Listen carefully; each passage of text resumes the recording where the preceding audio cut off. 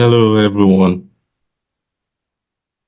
You're welcome to the webinar, and we're starting right away. Can you hear me, please? Please, I just wanted to make a signal to me, or you let me know in the comment section if you can hear me. You can hear you. Can you hear me?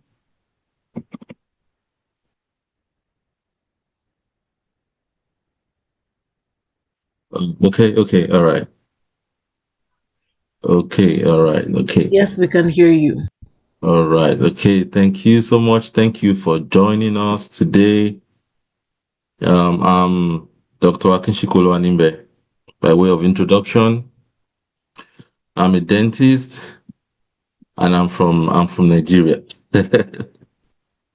Okay, so today we'll be having two guests, panelists today, and they will be talking to us about the issue at stake. But before then, I want us to just introduce ourselves. Let us know where you're joining us from. Um, Write in the comment section before we kick off fully. Just let us know where you're calling us from. Write in the comment section.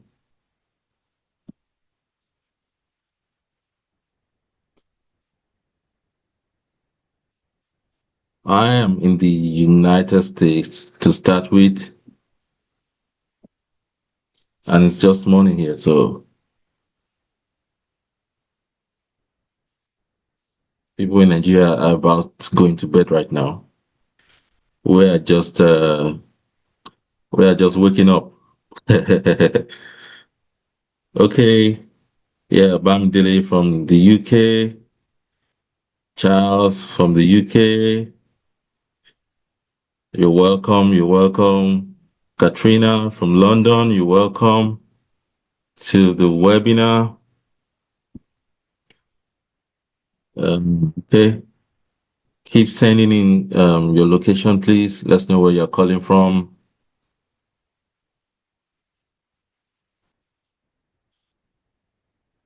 Ganiat from London. You're welcome.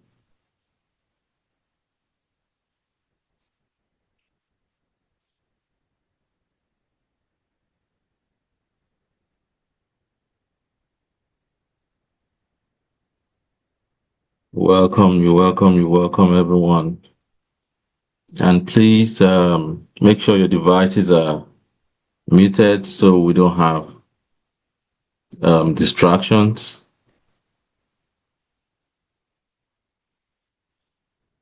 Douglas from Abuja. You're welcome. You're welcome. You're welcome. You're welcome. Okay. Who else? Who else is joining us? And let us know where you're joining us from.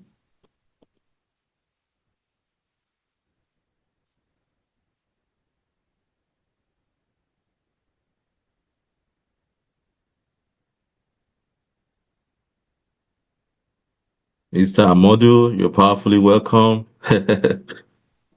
You're welcome, sir. Um,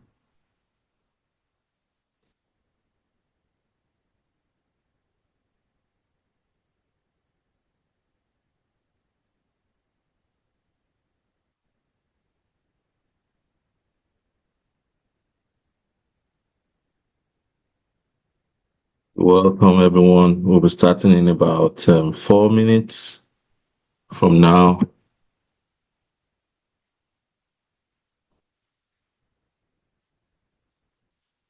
So we just want to have more people on board so we can get started. Starting in about 10 minutes. That's 10 minutes past 11. We'll be starting off.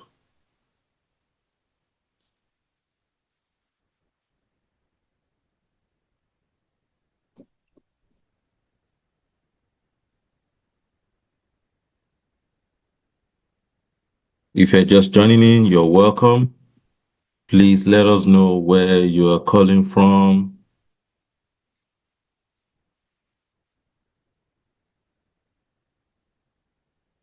Ike Nene, I hope I got that right. I'm sorry if I didn't. Joining from Norwich in the UK, you're welcome.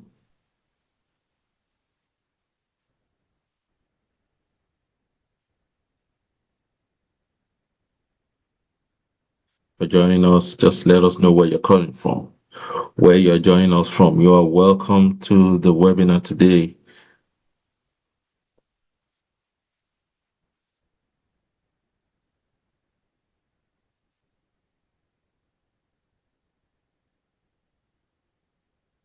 Please, if you know people who should be a part of this, you can just send them the link so they can join. We'll be on for the next 2 hours and we'll be having two panelists. So if you know people who might be interested in what we are doing, you can send the link to them.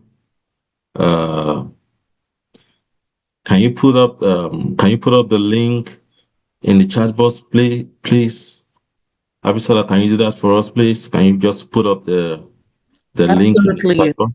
yes. Okay, thank you. Umar from the UK, you're welcome to the webinar.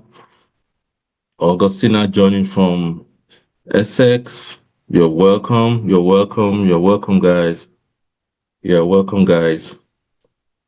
And so we're talking about one of the issues,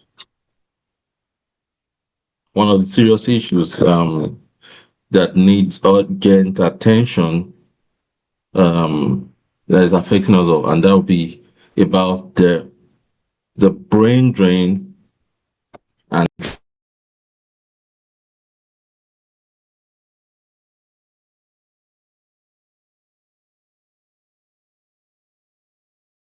You are muted. Dr. Fuller, you are muted. oh wow. Okay, can you hear me now? Yes, we can. Oh, okay. I'm so sorry about that. Okay, so we'll be talking about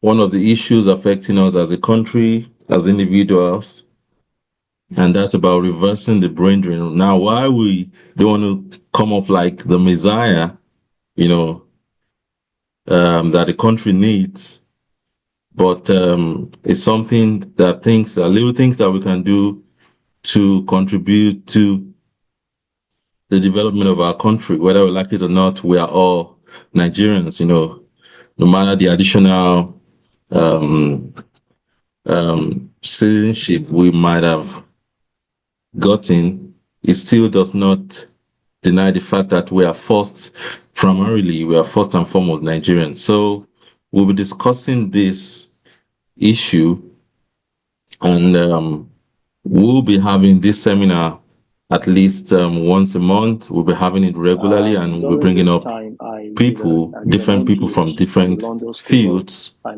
to discuss and then at the same time as I was prefer doing my the residency way training. forward, and then to And also then see ways by which did a fellowship, we did a year can of fellowship afterwards, partly in South contribute and Africa, also partly in the make use of the UK, and opportunities then came back that to are Nigeria. available to us. So this is Initially not going to working with be the serious first, and this is not going to be the last surgeon. one. I was there And for we 5 years intend to make it a before regular one deciding to so we start can all have my own practice, the opportunity in the to world of Lagos, contribute which is our where I am quota. at the moment. So So just about 2 years old in the game. And uh, yeah, that's been my trajectory really.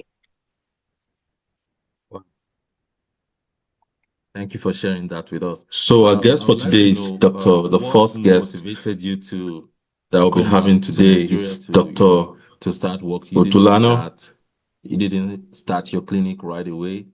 You just give me a second, please. Country, and then you worked in some few places before starting up your practice.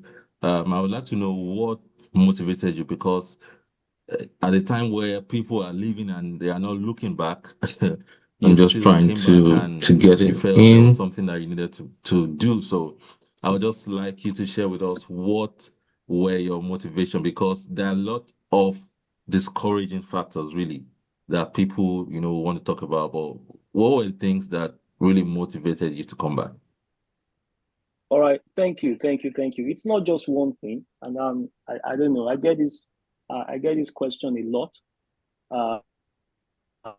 and it's not just one thing. Certainly, when I was leaving Nigeria, the plan was not to come back. Okay. However, the plan was not necessarily to. So we're having Dr. Odulano come up first. Either.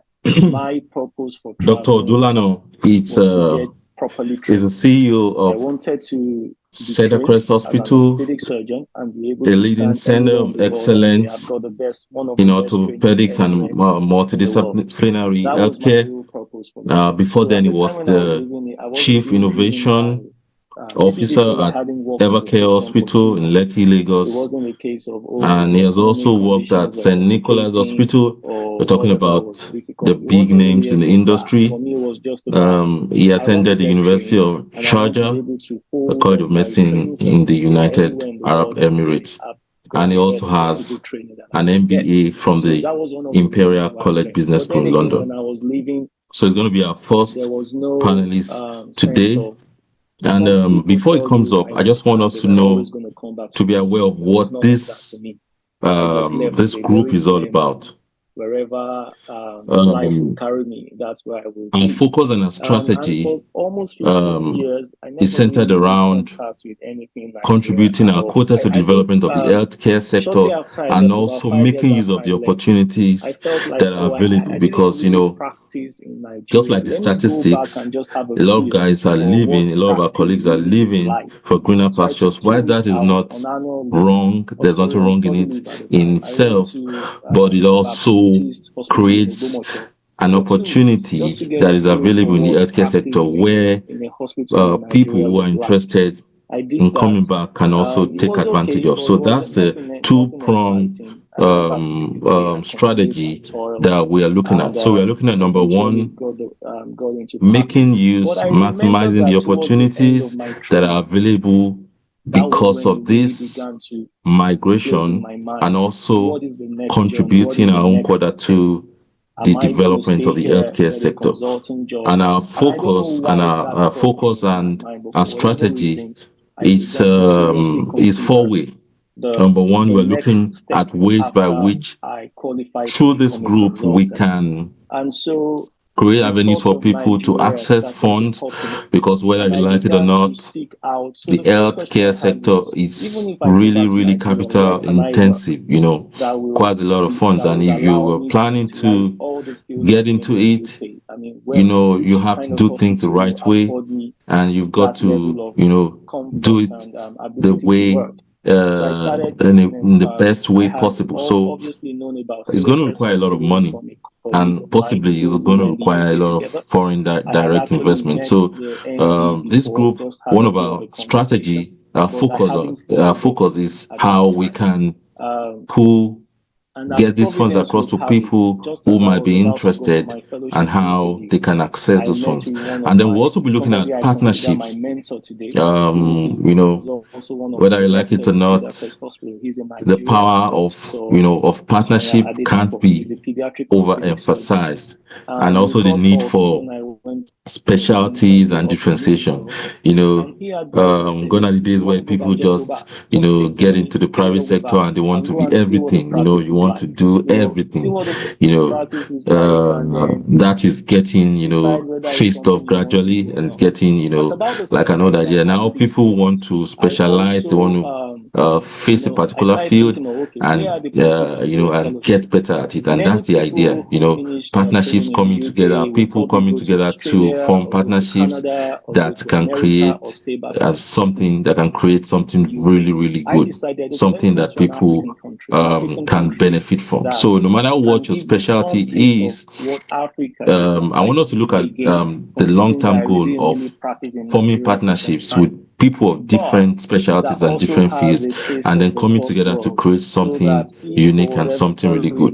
And then also we'll also be looking at I can still use this fellowship providing as access something substantial to back in the personnel, UK. to So resource based on that, I personnel, decided to seek a fellowship whether you like it opportunity or in not, South Africa. based on So stuff I applied to on stuff this that you want to hospital do. in Cape Town, There Greater are Skill going to be Hospital, people where the that you first heart need transplant was to done. give you And I was lucky information, enough to to get give you ideas, accepted to a to fellowship give position. So you, I did two fellowships, things, one to in let South you know things Africa and that you one can back do in and the how to UK. go about them. So This group is going to be so providing it was during access to this those period resource of personnel, doing my because we are going to be fellowship, I linking up got with a the lot of to people Gap. in the Then health sector. I bought a ticket. I And bought it's a going to be ticket and I across came to board, Nigeria. finances, Let's say that across the this hospital. financial world, And when I got across the there, tech I just world, across the they gave health, me, they the kind of tested healthcare me a little bit. business and all of that. So it's going to be Gave a me some cross cases to do. I guess section and a cross I passed fertilization because of the moment I these resource finished that personnel period, the interest kind that of we're going to be intensified. using. But I And the kind of last but not insisted the that I least had to go back is, oh, to I'm do sorry, my my light went fellowships off. before I could say Sorry, people need this me. is not NEPA. NEPA didn't take off But the even light. then, it was Just give still me a playing in second. my Let me put mind. on the, Should I let me put not? it Should on. I return? Should I not return? Is it not going to be too much of a culture shock?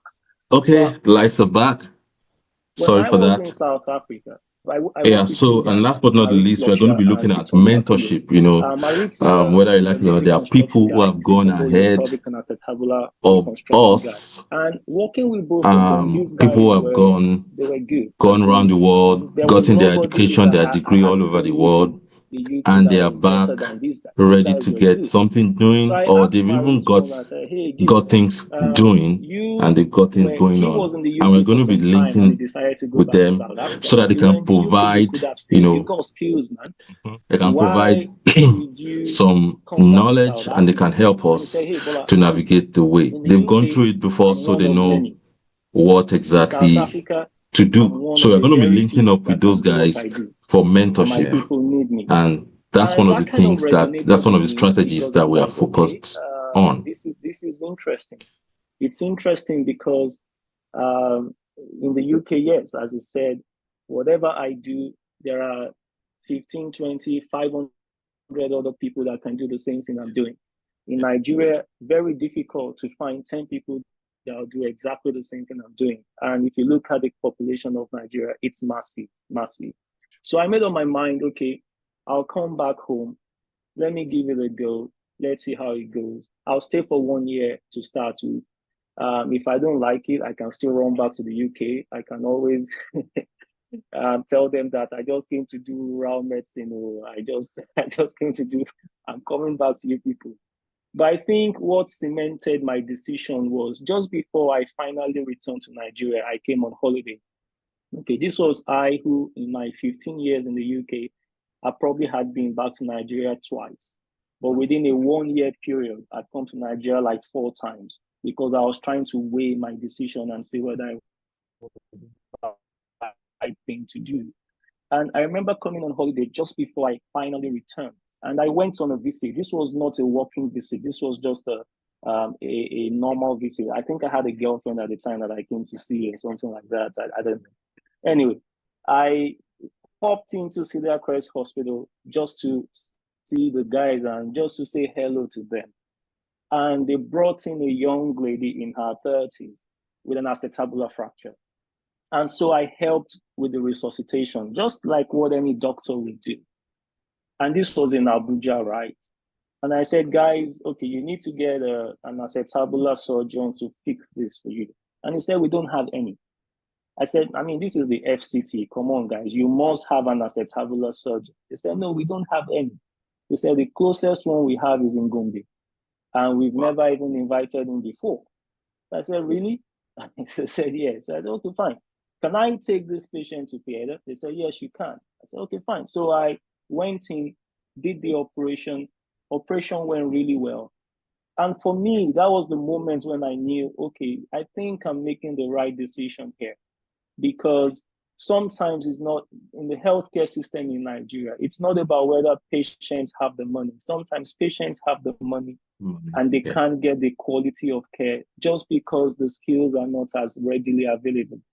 And I felt like even if it's one person or two people or 100 people that I will be able to positively treat to prevent them not having appropriate care, then I think I would have contributed something positive. And of course, in the course of my journey, I was part of the team that treated the president's son when he had the ex-president's son when he had his accident. Okay. That's ex-president Buhari when the son had a motorbike accident.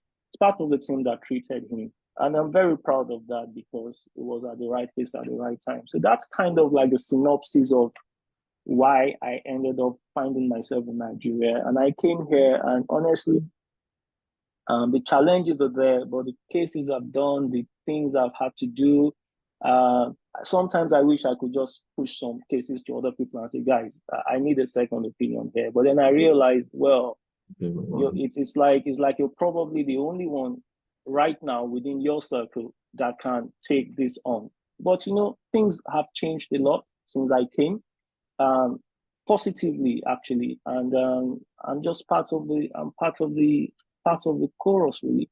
What I tell people, I think I always tell people, I really want people to travel. I want people to travel because it's a different mindset. It's a different approach. It teaches you skills that you probably would never get in Nigeria if you stayed here all the while.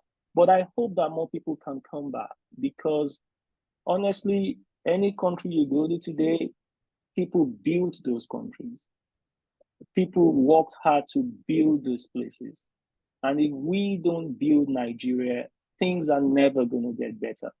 And I always believe is you have to have what the Robert Gladwell call it. You have to get to a tipping point. You have to have a critical mass of people. You have to reach a critical mass in order to make changes happen. And if you never get to that critical mass of people, the changes we need will not happen. So I'm hoping that in my own little way, I'm adding to that critical mass to help drive the changes that we need in Nigeria. But other people have different stories. This is my story. This is what happened. Yeah, that was a great story. I think and I think it really resonates with me too. Thank you for sharing that.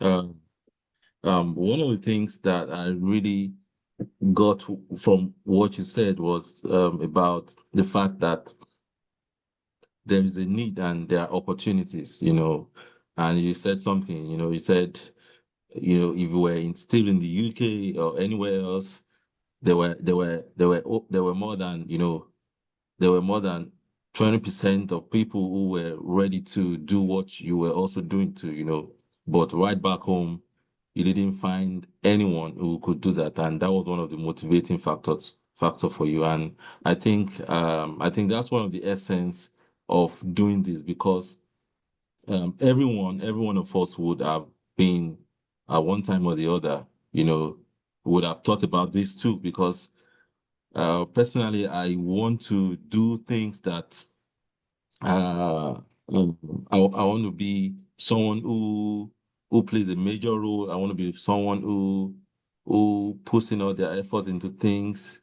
But you find out that in some of these places where we go, where we travel, where you don't really get that recognition, or you don't really get the accolades that you deserve, for what you are doing. But when you look at it back home, there are opportunities and there are people just waiting for your services, and just they need what you do. And I think it's a service to mankind if you can meet those needs and if you can fulfill those roles. Personally, for me, it goes beyond the money. Whether the money is there or not, that's not really the motivating factor, although that's also very important. But the idea of meeting those needs and then contributing your own quota, I think it really, really, really makes a lot of sense to me.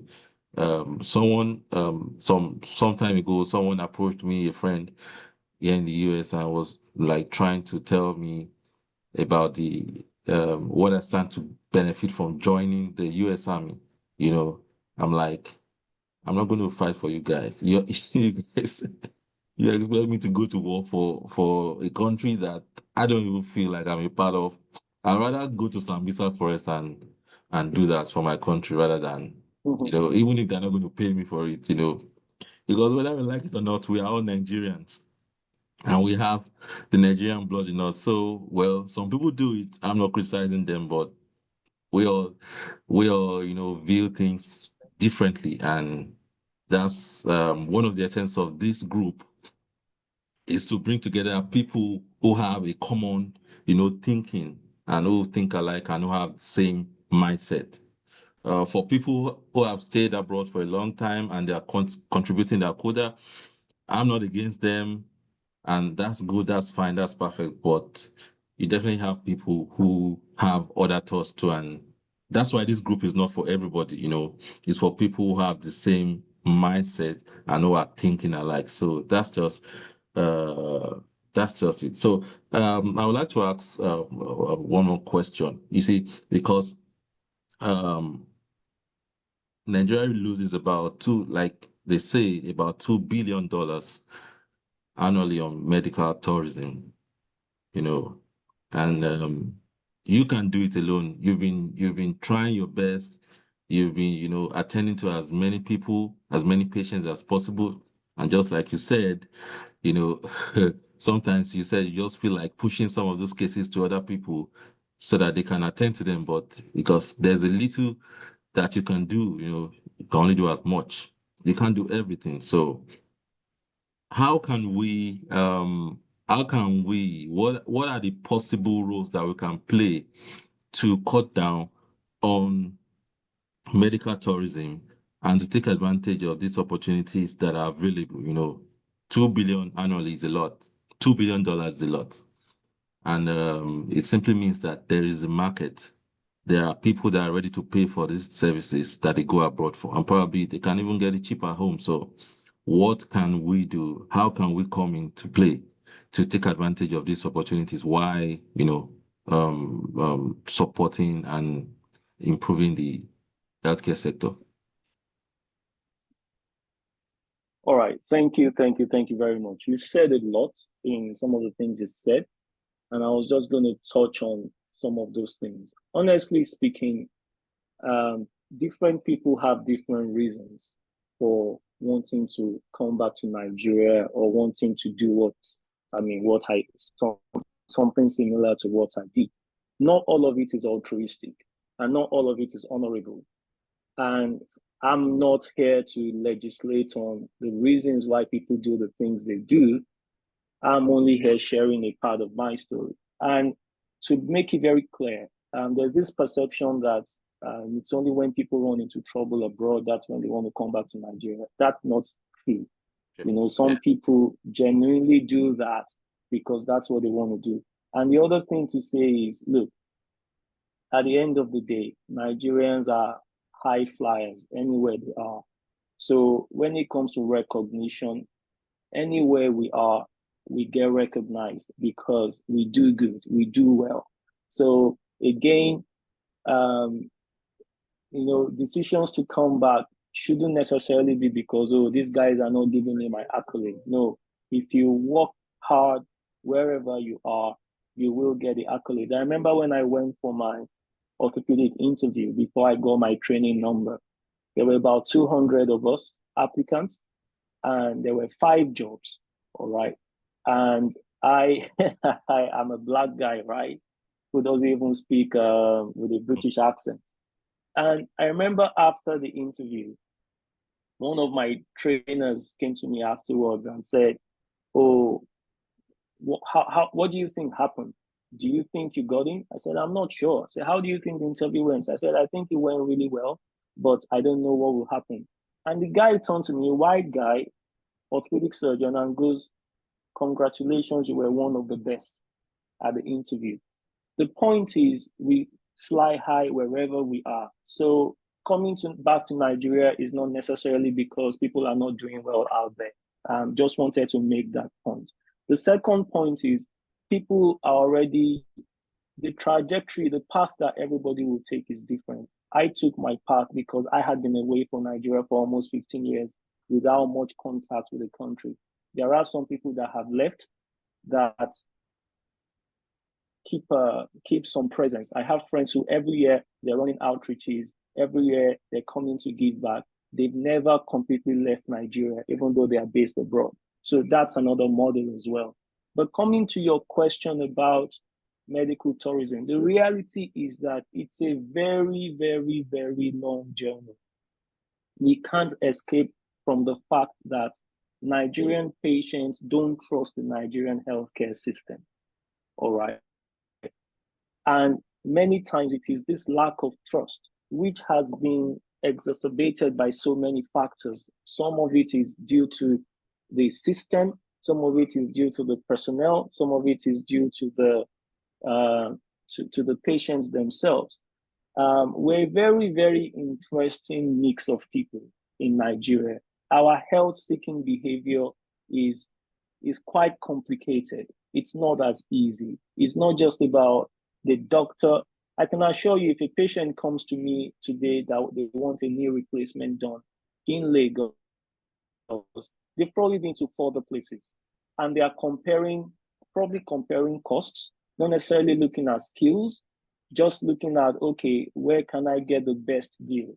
So it's a hydra-headed problem that that is not as easy to solve. I think the only way to solve it, from my perspective, from a layman's perspective, from a lay medical person's perspective, apart from everything that government is meant to do, apart from everything that government is meant to put in, the only way to solve this problem is for people to continue to give excellent quality of care. Okay? In whatever areas that they establish in, give excellent quality of care, because by giving excellent quality of care, gradually people will start to have trust and confidence in the system, and then people will learn to know that, okay, there's no need to travel abroad, we can get stuff done here. But giving excellent quality of care is not easy. As some of my posts on LinkedIn has suggested, if you're starting a hospital today in Canada, you get a loan from government, 9% interest rate, pay back over a very long time. You probably don't even need collateral because you're using it in the health sector. If you're going to start a private practice in Nigeria today, you have to put all the money down yourself. And if you're considering a devalued economy where your naira is not worth much and you're not producing in your country, you're looking at almost R1 billion to set up a good quality small practice that can at least sway people from trusting you enough to offer you the same quality of care they're going to get outside of care. How many people can afford that without government intervention? So as I said, it's a very hydra-headed problem, and that is why I believe that the more people are getting into the space, the more we can have a critical mass that can force a change in the conversation, that can force a different kind of conversation, that can lead to more profound and lasting change. And then the last thing is, of recent, there's been lots of quality large edifices coming up. Many people are suffering from the problem of quality personnel, because the hospital is not just about the building, it's also about the people that work in it.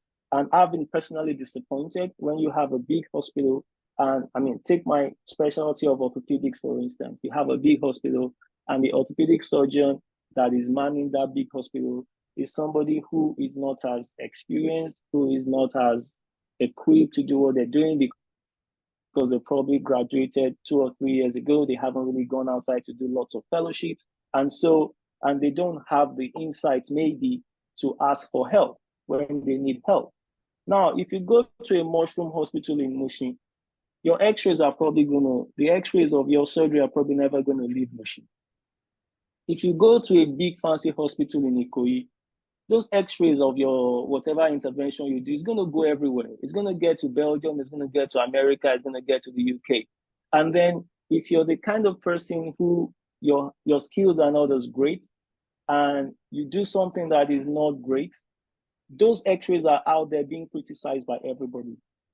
And so big hospitals that are setting up also have a responsibility to make sure that they source for people with the skills in country who can get the job done. because that is the only way we begin to improve the confidence in the system and begin to reverse some of this medical tourism that we're seeing. There are lots of qualified professionals already in Nigeria. I don't think the answer is necessarily to be bringing expatriates. Yes, we can bring expatriates, Nigerian expatriates, because people need to develop confidence. I've been in a hospital. When I first got the Cedar Crest, I thank God the CEO, the current CEO of Abuja is now on the call. When I first got to Cedar Crest, I am a fully trained, fellowship trained orthopedic surgeon. And we had an Indian surgeon as well whose training was not as great as mine. But patients automatically flooded his clinic because he is a different color than me. So what am I saying? That's a very ingrained mindset in our people, which forms part of the problem. But if the big hospitals, the quality hospitals, start sourcing the top guys, even if they're going to bring people from abroad, bring Nigerians, fellow Nigerians that are going to offer quality care. Let people know that our people are good and they can do the job as well as anybody else anywhere in the world. That's part of the conversation as well. And as such, more facilities get established here, as more of our people get to do the work here, more and more people will begin to gain confidence in the system. But ultimately, everything will still boil down to government. Nobody can fund healthcare and reverse the and reverse the damage and reverse the years of underdevelopment that healthcare in Nigeria has experienced without strong government financing and government funding. Without government, nothing is going to happen, nothing significant. Something will happen, but on a significant scale, it will not happen. And the last point I'm going to make on this is we're very westernized in Nigeria in the way we think. We're always looking to the US, always looking to the UK and all of that. There's a lot of westernization.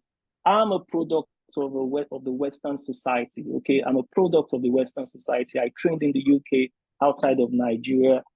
The problem, though, is we cannot look to the Western society to evolve the kind of society we want. We have to look at what is the comparable society to ours, and that's India. Okay, India for me is the model that Nigeria should try to copy in one way or the other. And if you look at how the Indian healthcare system is being revolutionized, a lot of it happened under Prime Minister Narendra Modi and the amazing investment they put into healthcare. So individuals have been doing their work. I mean, we can go and look at the work of Arabian eye care system, fantastic eye care system that can be replicated anywhere in the world. Individuals have been doing their bit. But when you want a countrywide wholesale developmental effort, government has to be involved. But the only way we can pressurize government is when we have a critical mass of professionals who have witnessed how things should be outside, who then come in here and form a pressure group. And that can help to move the needle a little bit more positively to where we want to be. So, yeah, that's my point of view. Yeah. Thank you for sharing that. And I think you really nailed it. Because one of the things that this group was wrong with my life. One of the things that this group aims to do, one of our goals, is to establish a powerful coalition that shapes and impacts policies for enhancing the health sector. Because just like you said, we need to create that critical mass, that group of people, and we need numbers to do that.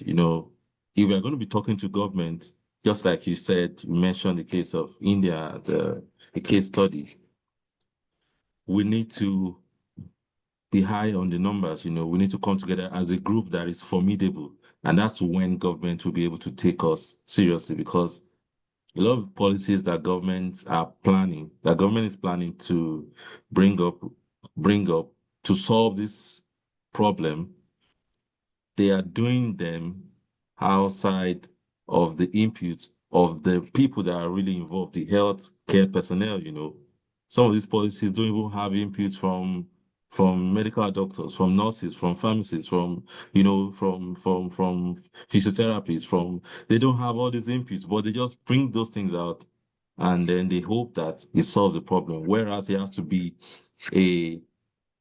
there has to be a synergy between the two groups, both government and the healthcare personnel. So that's one of the things that we are looking at achieving with this group, and which is to provide that powerful coalition that that government can honor, and they can respect whatever views that we are bringing up. So it's something that we are looking forward to. And I would like to ask finally, very shortly, apart from government, are there things that we can do for ourselves? Like, for example, we are looking at, I understand that there are a lot of investors who are ready or who are willing to, invest in the private sector.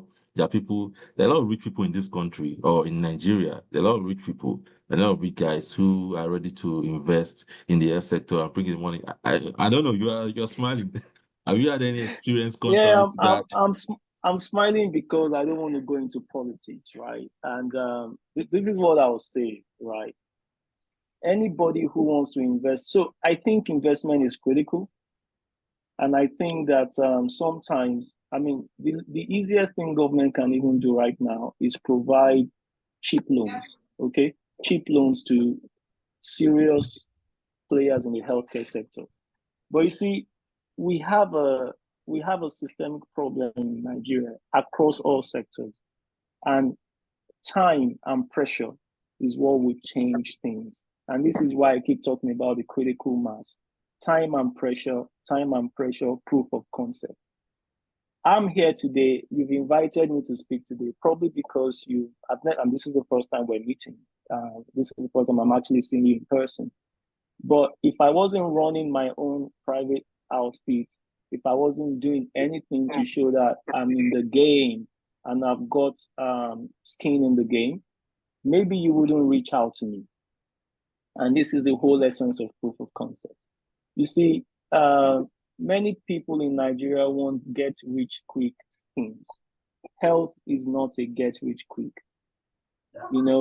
Investments in health, yeah, you will get a return, but you won't get the sort of return you're going to get from real estate, from stocks, or something like that. And you won't get that return next year. You won't get that return like what are these MSM things that people want a return in 60 days. You won't get it that quickly. You have to be ready to put your money in for about 5 years. And then you have to be able to support a solid business plan as well. That is why a lot of people see health as social investment. Okay. And it's only people who are willing to, rich people, philanthropists, yes, but the philanthropist should put the money where the action really is. And it's not that difficult to know where the action is. Do you understand? There are lots of stories about that. And all. I was very lucky to be able to convince a friend of mine to put money into the business, into my hospital. But it took me a year to do that. And that year was because I was able to show him my revenue. And he saw this as, okay, this is not bad. But even then, I was able to attract that revenue because I'm a highly specialized individual. All right. I do very complex stuff that are expensive. I do joint replacements. I do revision joint replacements. I do acetabular and pelvic and acetabular reconstruction. I do very complex work. If I just opened up a family practice that is looking to spread around Ogun State or around Uyo, and I want to just be seeing malaria, typhoid, but at a very high quality, do you understand? You will probably look at my revenue in a year and think this guy is not serious. And I can't put my money in this kind of thing. But the point is, yes, there's a room for people to invest, and there are ideas out there that people can invest in. But we have to. Health for me is too important to ignore, which is why my advocacy, if I had an opportunity to have a word with people in government, I think there are three areas they should focus on right now. Number one is focus on primary healthcare. Primary healthcare, revamp the entire primary healthcare and find a way to make it efficient. That's number one. Number two, focus on emergency, traumas and emergency. People coming with injuries, people coming with emergencies, find a way to treat them. And number three, provide universal health coverage to cover these two things. Okay, provide universal health coverage to cover these two things. Because if you think about it, if your young men are being involved in accidents and they are taking days off work, how are they going to go back to do the work? That's time lost. That's productivity lost. That's a dent on the economy.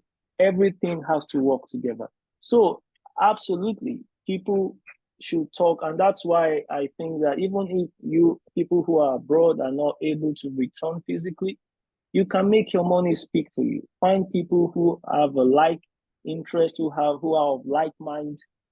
You can invest with them. Just make sure the plan is solid and it's actually doing what you believe should be done for the people you want to look after in Nigeria. It's very important. But there's always room for investment. Absolutely. Yeah, thank you very much, sir, for those contributions. And this is not an exhaustive, conversation. I believe that we keep talking about them, and uh, I believe that we'll get to the root of it. So I will quickly want us to take questions. If you have questions for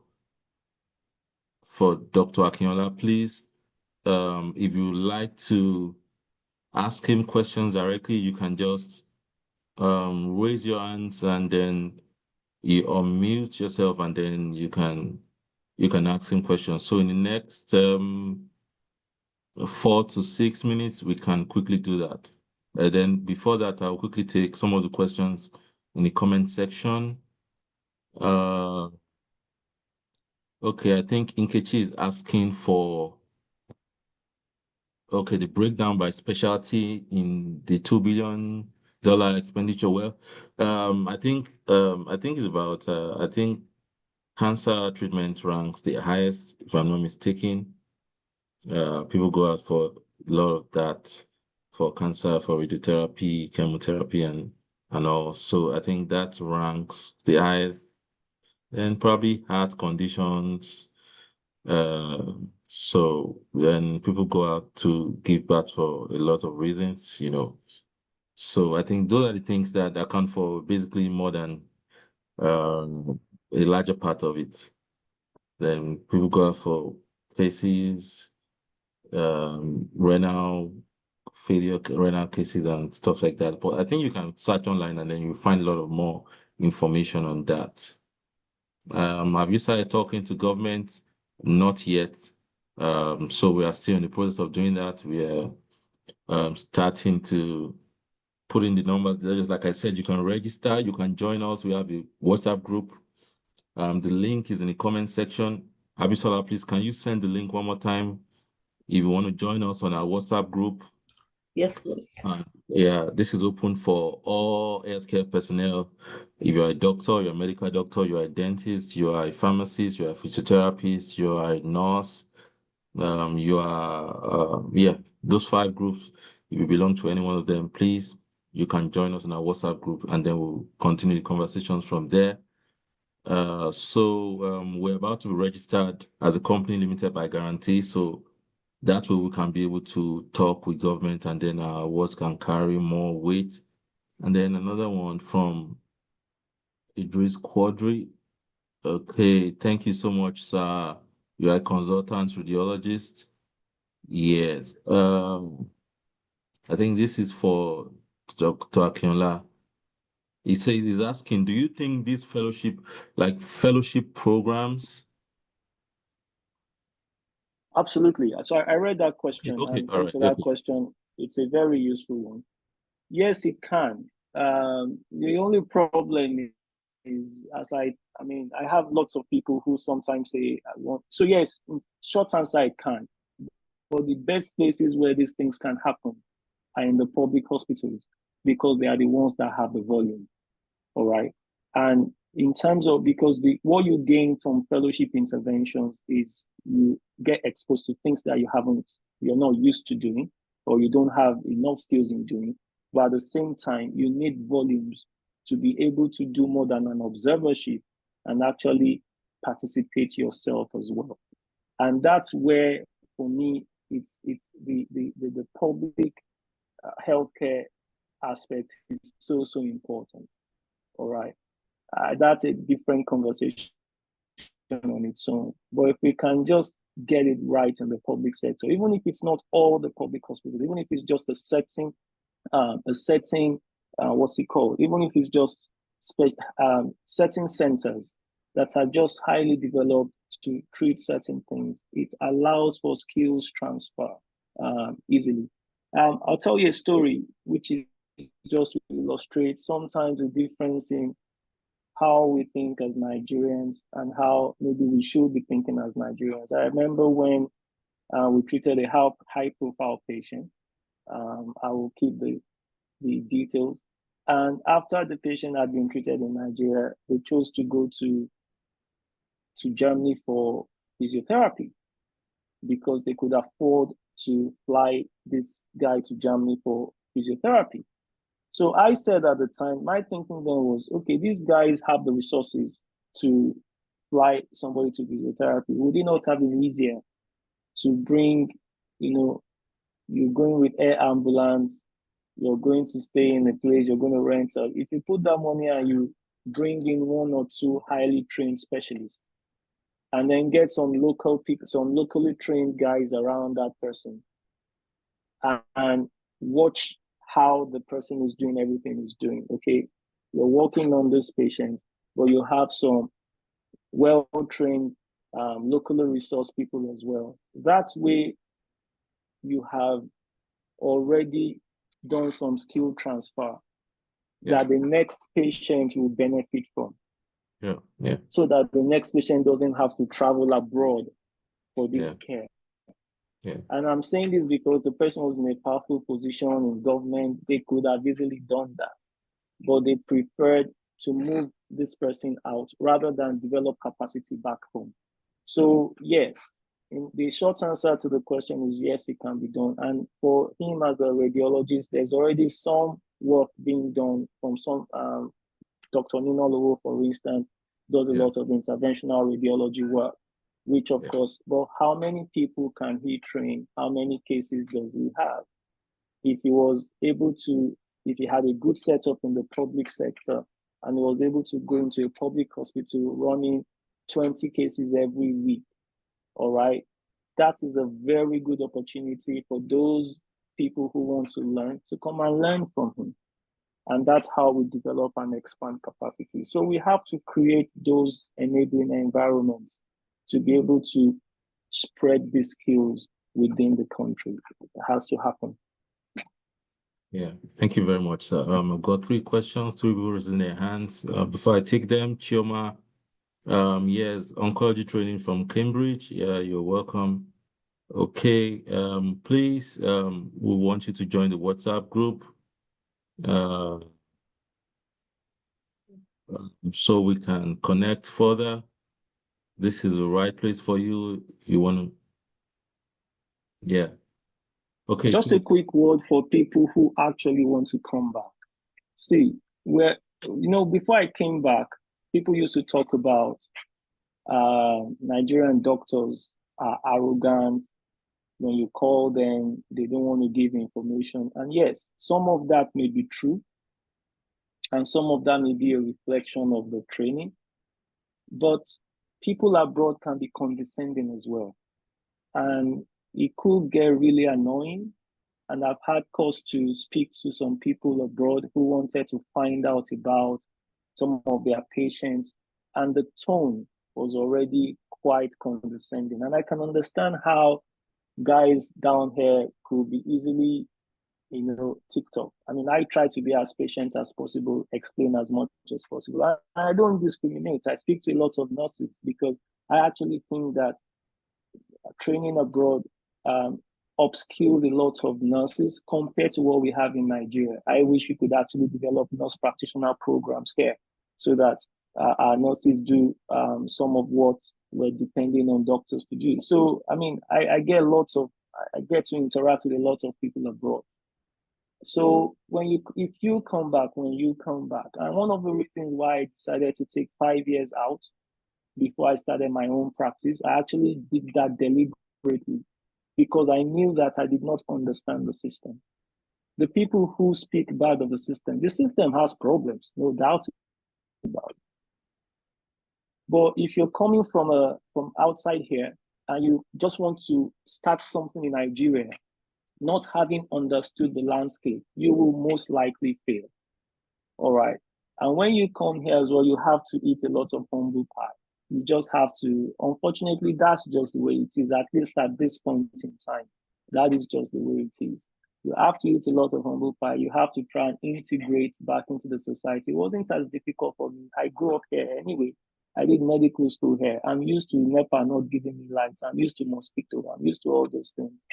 I just need to reacclimatize again. I remember one of my patients saw me after like a year of not seeing me. I said, doctor, you don't dark. Nigeria don't show you.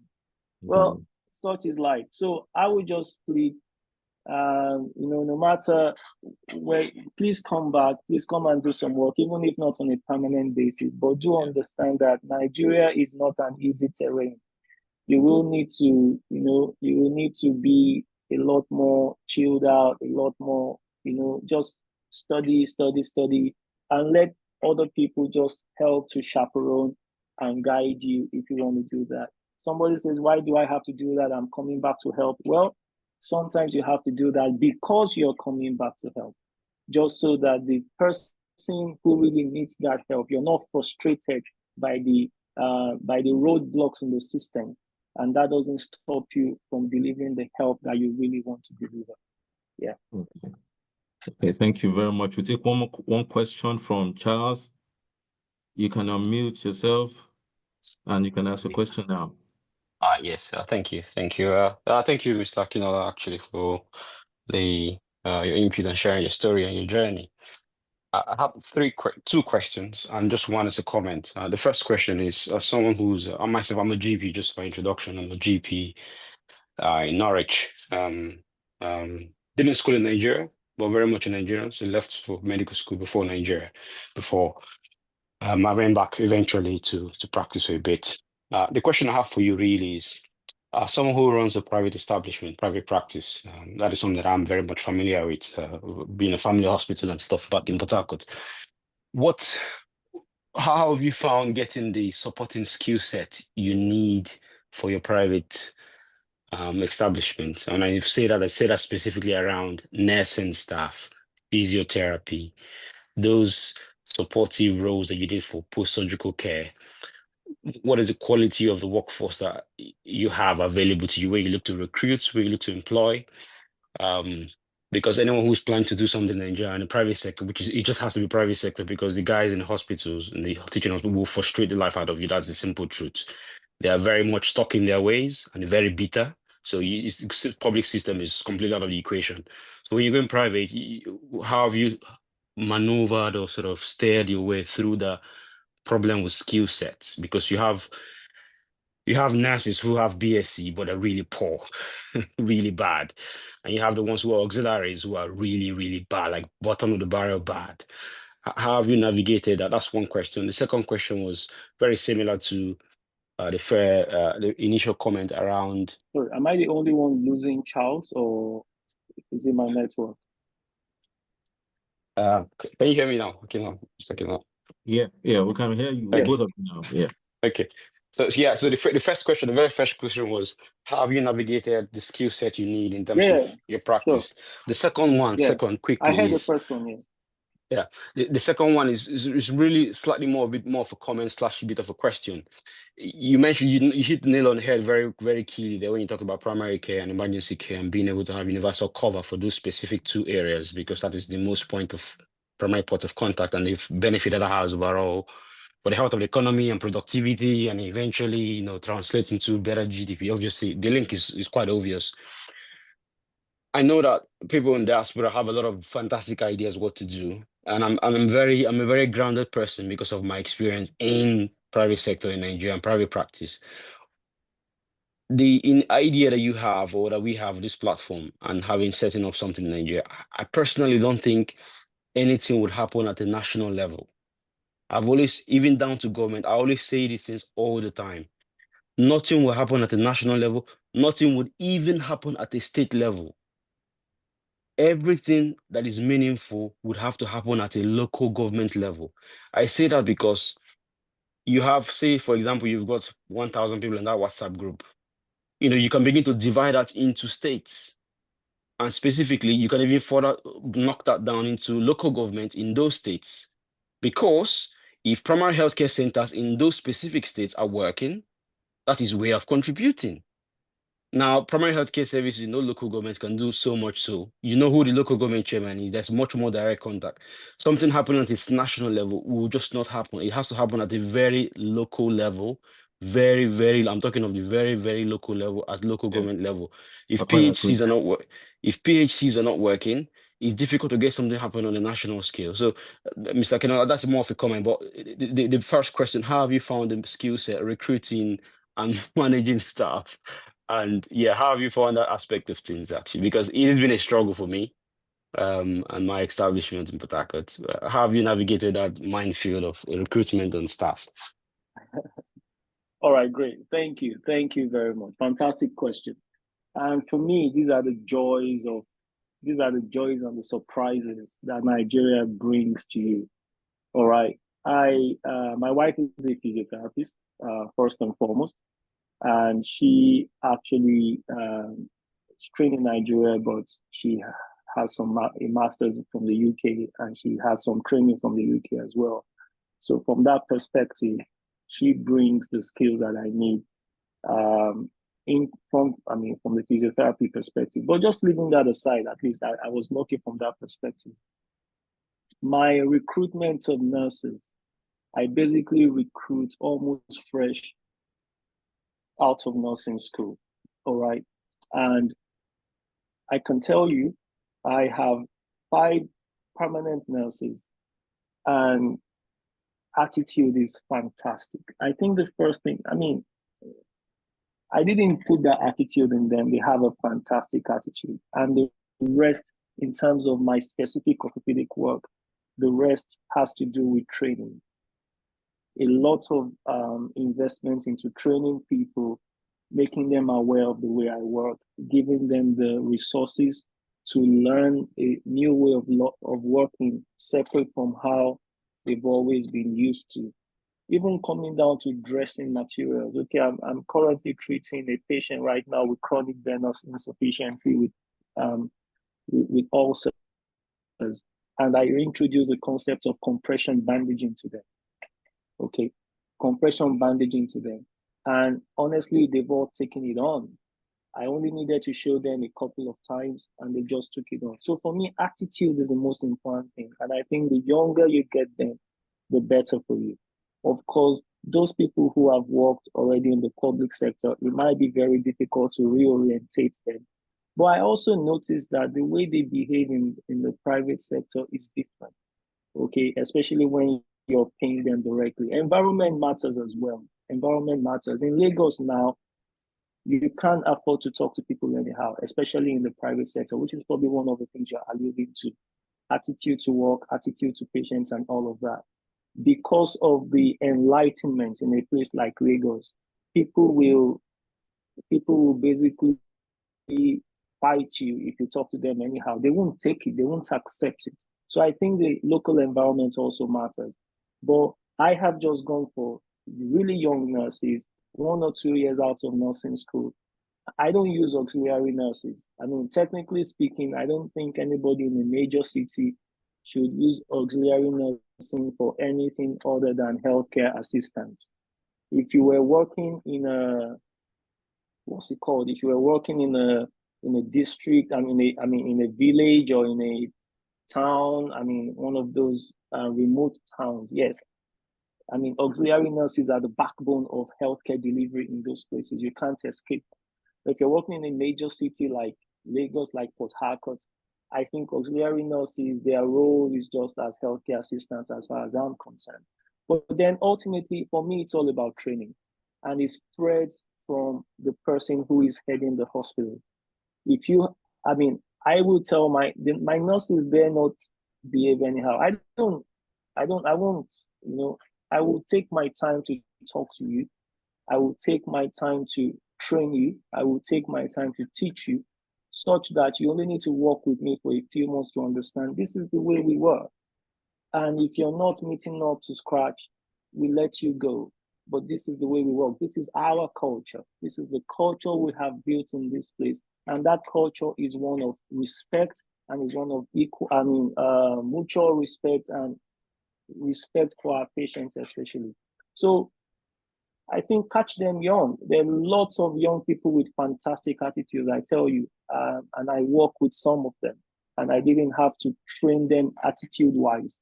But in terms of doing the work that you want them to do, yes, training, and they're quick learners, and they will learn. So maybe that's something you can incorporate into your practice. And Norwich, fantastic place. I did a lot of my training in Norwich. I used to have a house in Norwich until I sold it. So I know Norwich very well. I'm a Norwich boy. I had some of my kids in Norwich as well. So great place. With respect to your comment about the local government stuff, I completely agree with you. But you see, the way I look at this thing is, I don't know the influence you have, for instance. You might be of such an influence that from that 1,000 people on that WhatsApp group, you might be surprised that maybe there's a daughter of the governor on that WhatsApp group. And maybe that daughter of the governor has that governor's ears. I know for a fact that the former governor of Delta State, who is a medical doctor, his daughter, I think, is a medical doctor as well. And I know that when he was governor, the doctor was very influential, and so it's very possible that you might just find people who have that influence to be able to influence certain things. The problem with trying to do things solely at the local government level is that without a state, so let's start with the state, without a state coordinated effort, many times what you think you're doing will just be within the lifetime of that chairman who is there at that time. If the next chairman comes and they're not interested, that's it. That's the end of that project. This is why, for me, a national push becomes important, because if there's a national push, which is what we recognize as the path that we want to go as a country, it filters down. It doesn't at all stop people from exerting their influence at whatever level they are right now. So whatever level of influence we can exert right now, we continue to exert. But we want something that is more permanent. We want something that is more long-lasting. And that only tends to happen when you have a coordinated higher level effort, whether it's at state level, whether it's at national level, whether it's at regional level. So yeah, that's what I think. Thank you. Yeah, thank you very much for that contribution. And to add to what Dr. Akinla said, Charles, I think one of the things that reduces staff turnover is when the pay is right. So you might want to start looking at that. And I'm sure Dr. Akinla does that. That's because sometimes you can train people, and if the pay is not right, they don't care. They leave to where they can earn better. So No, I think pay should be good. Pay should yeah, be good, but I can tell you for free, my nurses are not the highest paid. You see, and this is why I tell you about the joys and surprises of Nigeria. There are some things that people cherish more than just pure money. When they work in a place when they work in a good environment, they enjoy working there. They have some flexibility. You allow them. I'm not the kind of employer who will say, if you're working with me, you can't work anywhere else. You can do whatever you want in your free time. And maybe they cherish that. They cherish the fact that they can go and locum and make some extra money. I'm happy with that. I don't have a problem with that. So there are lots of, but pay is important, and you have to pay people fairly. At least you have to pay them the market rate. Absolutely. yeah. Yeah, I thank mean, you. just a quick comment on that. Thank you, Dr. Bisakinola. And fair comment. Yeah, pay is obviously very important, of course. But I'm sure as a as a business owner, you would also recognize that you're fighting two fronts. First of all, health service, healthcare provision in the current climate in Nigeria. Um, Clients who can actually pay because you had a lot of capital overhead costs, having the light on the whole time and all the stuff that comes with that. There is obviously that pressure there, but obviously it's a balancing act. I think it's a fair comment you said, actually. It's a very good idea. Recruiting quite young, straight out of nursing school, first couple of years. I think it's a fair point. I think it's something that I'll definitely be looking into actually a lot more, actually using much fresher graduates because the attitude is really poor to work in Nigeria, really poor. Attitude of nurses is really poor. I suppose is that investing in human capital and training, and the younger the better. But thank you very much. Fair point. Thank you. Yeah, thank you so You're much, Charles. welcome. You're welcome. We'll go to the next question from Kingsley. You can unmute now. Yeah, thank you, Dr. Nimbe, and the speaker. I just wanted to reflect on two major issues. One is more of like a suggestion, and that is to say that just like when somebody asked that, have you started talking to the government? Then I was pondering on the possibility of this community that you are getting to start working on, to say that recently, I think in the last 3 or 4 months, the Nigerian government came up with a national policy on health care workforce migration and all of that. And the intention is to ensure retainment of the expertise in place and also to attract some sort of jackpot like return of expert. But then, one thing with Nigeria is that there's a whole lot of policy somersault. That is, they make policies that doesn't take full cognizance of the causes of the problems in the first place. And those policies only tends to perhaps address the symptoms. So as a startup, this committee might want to have a critical review of that policy to be able to identify and highlight those major issues, the pull and the push factors that precipitate immigration of healthcare professionals in the first place, so that when we look at this, we can then look at it side by side with the policy and the whole incentive that is being promised in the policy. And from your own experience in diaspora, you can really come out to say, come, these are the issues. These are the issues that needs to be addressed before we can even be talking of retainment or a return of the experts in diaspora. And so for me, if this committee wants to do anything in terms of having conversations with the government, they might want to start with, reviewing that policy in itself, so that there can be quick checks to see that if these are not done, we're only going to have another paperwork and not necessarily a policy that would address any issue or challenge as far as healthcare workforce immigration is concerned. And now the second issue again is just like a suggestion, because I'm a public health policy researcher and communication specialist. Now we've come to realize that there seems to be a major gap within the Nigerian healthcare space. While we talk about losing billions of dollars on health, tourism and all of that, there's still this problem of the lack of awareness, matching expertise with visibility. Yes, I understand that there's a whole lot of ethical issues with advertisement and all of that. But to a large extent, people embark on medical tourism, one, because of the lack of trust, and two, because of the lack of proper awareness.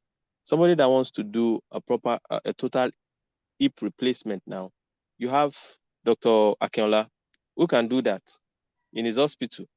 But the expert, the doctors within the Nigerian space might be aware that Dr. Akinola can do that. But what about the ordinary patient that needs that services right now? Is he aware that that can actually be procured in Lagos, in Ikiti, and all of that. So there's a whole lot that needs to be done for people to be aware that some of these big procedures that we think cannot be done in Nigeria, we have the expertise, we have the capacity to actually carry these things out. And that takes strategic communication, not necessarily advertising, but strategic communication. And still within that issue of trust is that oftentimes there are some very special and extraordinary unprecedented procedures that have been carried out here in the country, and the public are really aware of it. When people begin to come to realize that, oh, we have the expertise, we actually do have the capacity of doing these extraordinary procedures, it has a way of building trust within the people. So while we find a way of solving other issues, the place of strategic communication, the place of strategic publicity, there's this saying that if you don't blow your trumpet, it will get rusted. And that's the truth. People don't want to blow their trumpet, but yet if you don't blow it, it's only going to rust. So in order not to make this rust, there must be some plans around how we can navigate that space of strategic communication so that the public, so that the ordinary patient can be aware of the level of expertise and capacity that is available within the country. And that in itself can perhaps help in curbing the spate of medical tourism. So I want to leave things there. Thank you. Thank you for the speakers, and thank you for the organizers as well. Yeah, thank you very much. I would like Dr. Akinola to respond to that. Yeah, thanks a lot. I completely agree with you about communication. It's a bit tricky because the MDCN is yet to review its rules on advertisement. So you could easily fall foul of the law pretty quickly. But I agree that there's a clever use of advertisement that can ensure that people know that these services are available if across the country where they can access it. But much more than, and I think it's important. Unfortunately, even when people know that there are those services, sometimes being able to distinguish between who does it well and who doesn't do it too well is another thing that we kind of have to focus on as well. And in addition to that, you also have to know that cost could be a prohibitive factor. Yes, these services may be available, but they're not always affordable. And so, but that's a fantastic point, and I think we should do more to make people aware of the services that are available. I forgot the first point he made. There was a first point he made before the communication one. Yeah, it's on reviewing the national policy on Yes. healthcare workforce So migration absolutely, and absolutely. identify the gaps. Absolutely. So I think, I mean, I did a bit of a summary of that on my LinkedIn page, and I think it's something that you guys can dive into as a group and see what you can say. Unfortunately, it's all talking points. I can say that for free. The fundamentals that would attract and retain have not yet been put in place. And those fundamentals will not germinate, even if the seeds are put down now, they will not germinate for another 5 years or thereabout.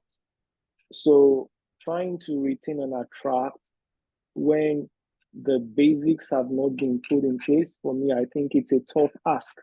I think that if the government, as you've rightly said, you identify why people are leaving and why people don't want to come back, start to work behind the scenes to plant those seeds.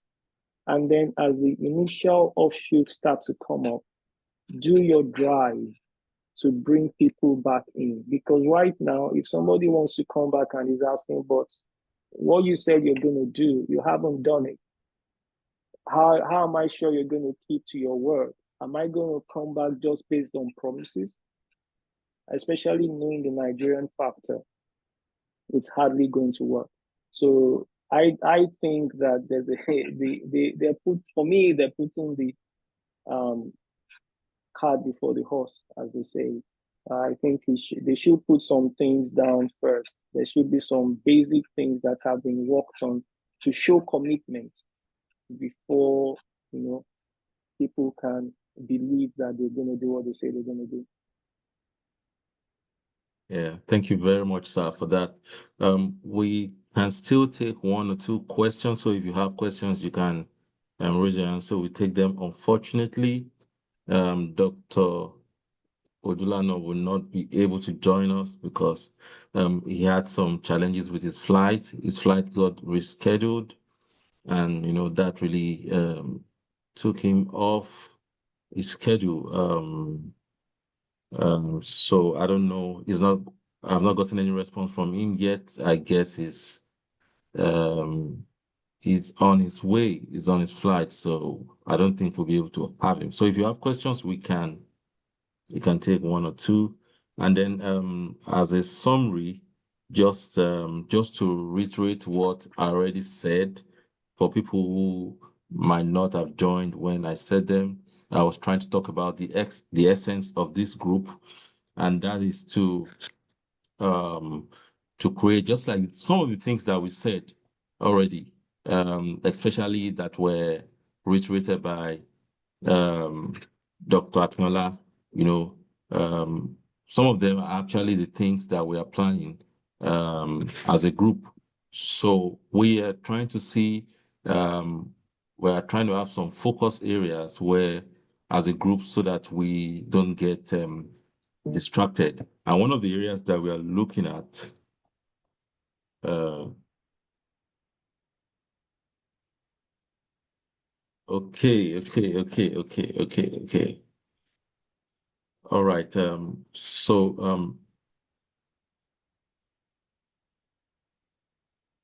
Okay, I think I can just bring in Dr. Dulan on just for some few minutes so that we won't miss out on everything that he has to say today, even if he would not be able to say everything, but we can just have him for some few minutes that is left. Um, I want to especially thank Dr. Akinola for coming up on this webinar. It was really a nice time having him, and we know that this is not going to be the last time. Thank you very much, sir, for coming up today. Really appreciate your presence and your contribution, and we hope to, as a group, we hope to continue to maintain our connections with you from now henceforth. Thank you very much for having me. It was a pleasure, and I pray that you guys succeed, and it will be very, very useful to have all hands on deck. Thank you. Thank you very much. I would like to call on Dr. Dr. Odulano. Just like I said, is the CEO of Cedar Crest Hospitals. Is a leading center in excellence in orthopedics and multidisciplinary healthcare. And he has worked in several places in Lagos. Some of the big names that we know, he's worked in Evercrest and he's worked in Nicholas. At Evercrest, he was the Chief Innovation Officer. I would like to bring him up now. You're welcome, sir. I'm so sorry for everything Thank you that very much. happened. It was really No, not scheduled, but these things happen. yeah. I was supposed to head out to Lagos in the morning. A few things came up. I tried to get a night flight, and then I'm just waiting. We're about to board, but I think the best to just contribute a bit. Yeah. So I know there was a format that was shared. I'll just try to quickly run through that. For me, I started this whole medical journey by going to med school in the UAE. And I moved back here after working for Johnson & Johnson for a while.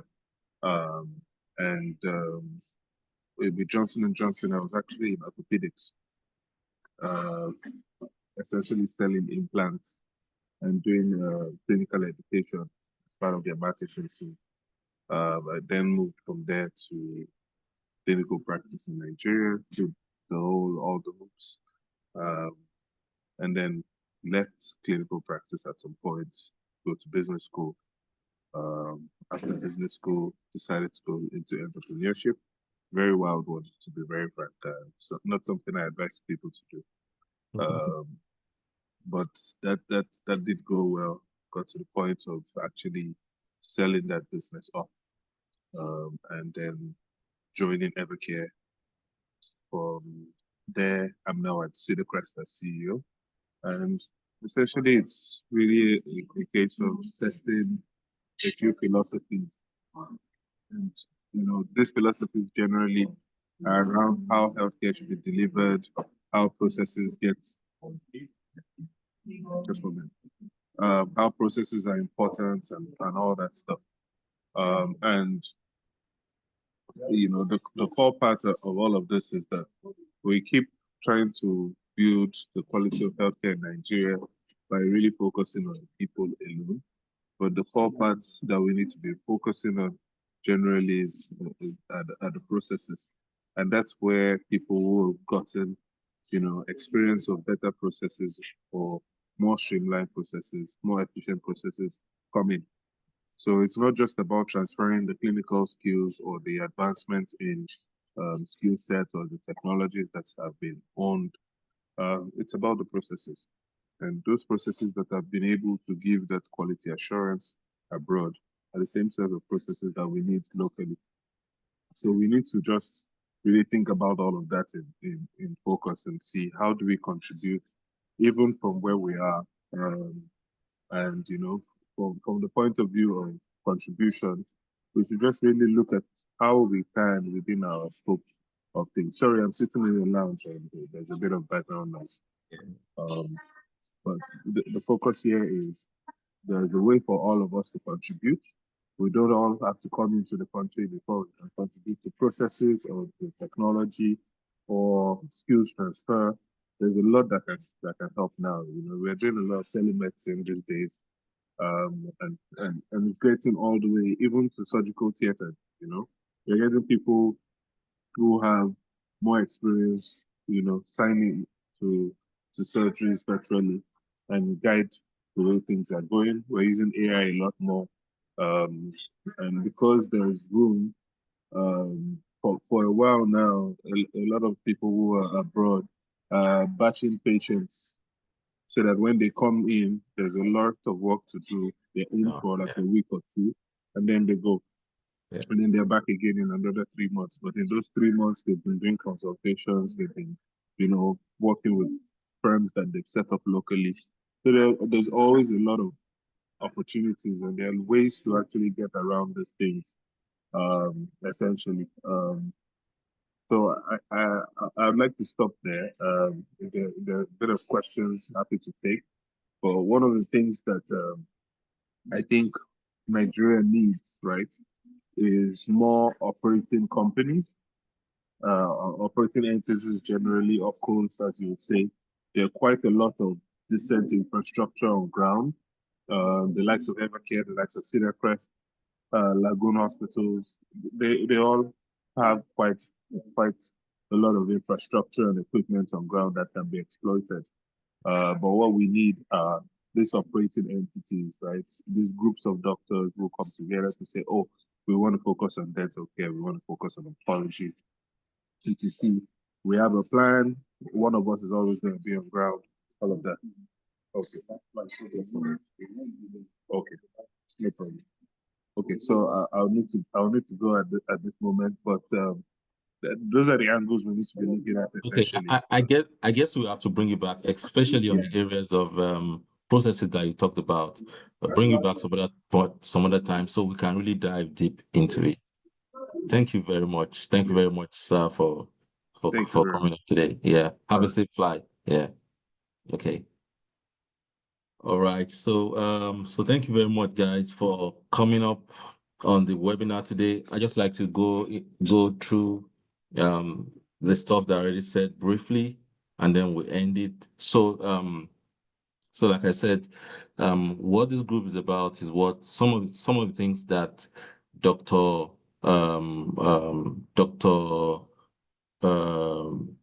Bolaniwa already said, we're planning to see how we can come into groups so that we can have access to funds, investments from government, from private investors and all of that.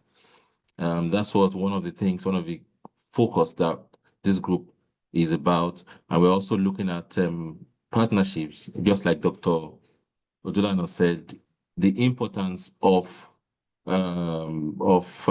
specialties and differentiation cannot be overemphasized.